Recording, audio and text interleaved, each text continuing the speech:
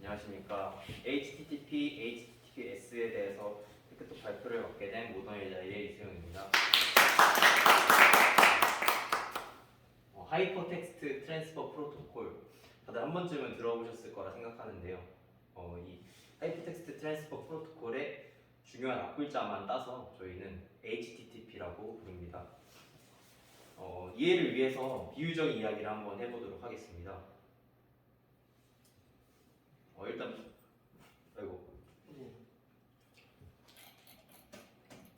키보드로 해야 될 것 같아요. 키보드로 할게요.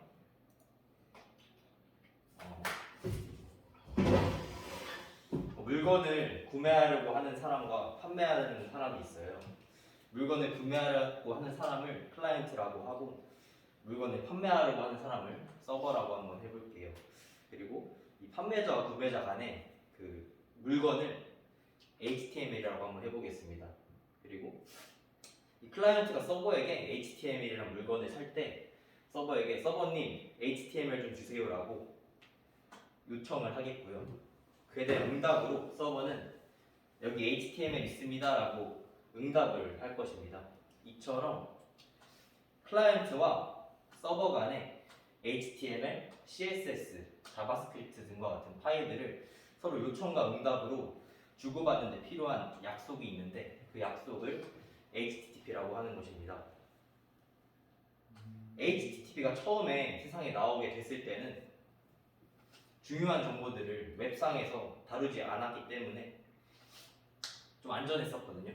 그렇지만 30년이 지난 지금에 있어서는 웹브라우저를 통해서 인터넷을 통해 금전을 거래를 한다거나 중요한 정보를 주고받고 있죠.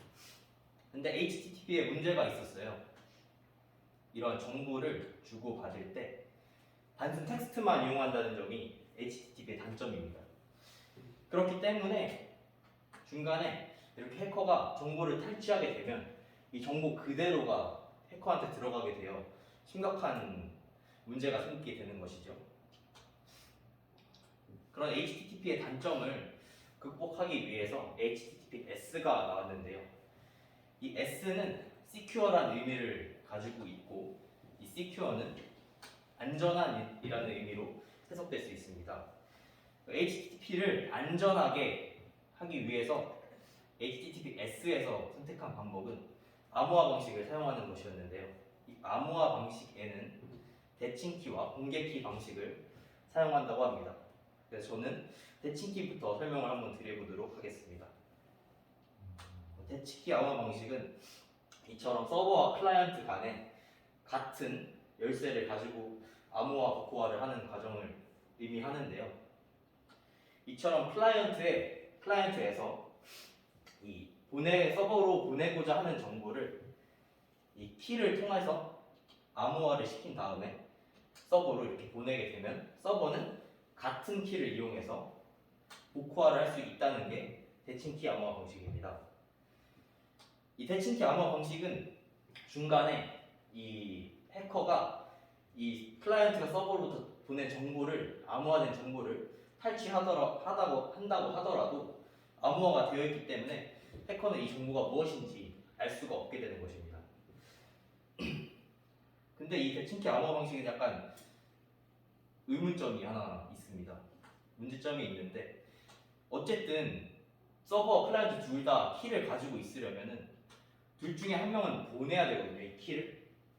근데 이 보내는 과정에서 이 해커가 키를 탈취하게 된다면 이 클라이언트가 서버로 암호화를 해서 보낸 이 텍스트를, 이 정보를 이 탈취한 키를 통해 복호화가 가능하기 때문에 이 대칭키 암호화 방식이 아무 의미가 없어지게 되는 거죠. 그래서 나온 것이 공개키 암호화 방식인데요. 이 공개키 암호화 방식은 서버가 이 공개키와 개인키를 가지고 있고 이 공개키를 여러 클라이언트들에게 보내게 됩니다. 그리고 이 개인키는 서버 혼자 가지고 있게 되는 거고요. 이 공개키와 개인키에 관한 관계를 한번 살펴보도록 하겠습니다. 서버가 클라이언트로 보낸 공개키를 클라이언트 측에서는 공개키를 이용해서 암호화를 한 다음에 서버로 보내고요. 이 서버에서 클라이언트를 보낸 이 공개키로 암호화된 정보는 이 서버가 가지고 있는 유일한 개인 키로 복구화가 가능하기 때문에 중간에 이렇게 해커가 공개 키를 탈취를 한다고 하더라도 이 클라이언트가 서버로부터 받은 공개 키를 통하여 이 정보를 암호화를 해서 보낼 때 이 해커가 탈취를 한다고 하더라도 이 정보는 서버에 유일하게 가지고 있는 개인 키로만 복구화가 가능하기 때문에 이 탈취한 공개 키로 복구화를 하더라도 풀리지가 않는 거죠. 이게 공개키 암호화 방식이고요. 실제 HTTP 통신에서 어떤 방식으로 통신이 되는지 한번 살펴보도록 하겠습니다. 처음에 클라이언트가 서버로부터 정보를 보냅니다. 랜덤 데이터라고 정보를 보내는데 뒤쪽에서 뒤쪽에서 또 사용될 거예요. 이 랜덤 데이터는. 그리고 브라우저에서 지원하는 암호화 방식을 보냅니다. 나 이런 암호화 방식 사용할 수 있으니 이 중에 선택해 달라라고 보내주는 거거든요.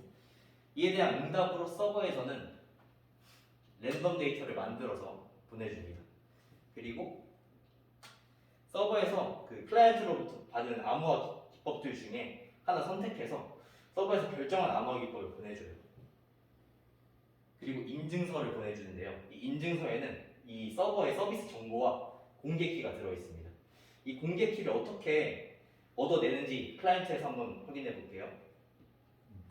이 인증서는 CA라고 인증기관이 있는데 이 서버가 안전한지 확인을 해주는 인증기관이에요. 근데 이 인증서는 이 인증기관의 개인 키로 암호화가 되어 있거든요. 그리고 이 클라이언트마다 브라우저마다 이 인증기관이 하나가 아니고 여러 개예요. 참고로 여러 개고 이 인증기관마다 브라우저에 그 공개키를 다 가지고 있거든요. 브라우저가. 그래서 이 브라우저에 있는 공개키를 사용해서 이 서버가 보낸 인증서를 복구화를 할 수가 있는 것입니다. 아까 그 인증서는 이 인증기관의 개인 키로 암호화가 되었기 때문에 브라우저에 있는 이 인증기관의 공개 키로 복구화를 할 수 있는 거죠. 그래서 그 서버의 공개 키가 이제 나온 거고요. 그래서 이 서버는 믿을만한 서버다라고 결론이 나는 것입니다. 믿을만한 서버이기 때문에 이제 클라이언트와 서버 간에 통신을 할 거고요. 이제 공개 키 방식으로 암호화를 하겠구나. 이 공개 키가 비대칭키 방식으로 암호화를 하겠구나라고 생각하실 수 있는데 아닙니다. 공개키 방식으로 암호화를 하는 방식은 즉 서로 다른 키를 사용해서 여러 가지 데이터를 암호화하고 일일이 복구화하는 것은 컴퓨터에 부담을 준다고 해요. 그래서 대칭키인 임시키를 저희가 만들어낼 거거든요. 이 임시키를 만들어낼 때 아까 전에 맨 처음에 보냈던 랜덤 데이터를 사용하게 됐는데 이 아까 클라이언트에서 서버로 처음에 보냈던 랜덤 데이터랑 서버에서 클라이언트로 보내줬던 랜덤 데이터를 클라이언트 측에서 어떤 일련의 알고리즘을 거쳐서 임시키를 만들어냅니다. 그래서 이 임시키를 서버로부터 인증서를 통해 나온 서버의 공개키를 통하여 암호화를 하고요. 여기서 서버로 보내주게 됩니다. 이 서버의 공개키로 암호화된 이 대칭키 있잖아요. 임시키는 서버의 개인 키로 열 수 있기 때문에 서버와 클라이언트 간에 이제 같은 키를 가질 수 있게 되는 거죠.